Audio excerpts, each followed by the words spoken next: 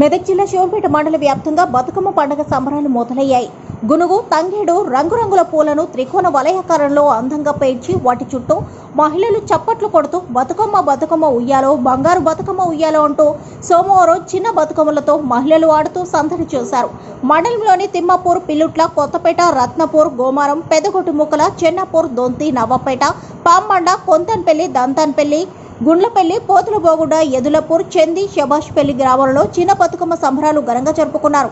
బతుకమ్మ సంబరాలలో మొదటగా బొడ్డెమ్మలతో మొదలై 9 రోజుల పాటు చిన్న బతుకమ్మ, ఎంగిలిపూల బతుకమ్మ, ఇలా సద్దుల బతుకమ్మ వరకు కూడా బతుకమ్మ పండుగ సంబరాలు ఘనంగా నిర్వహిస్తారు.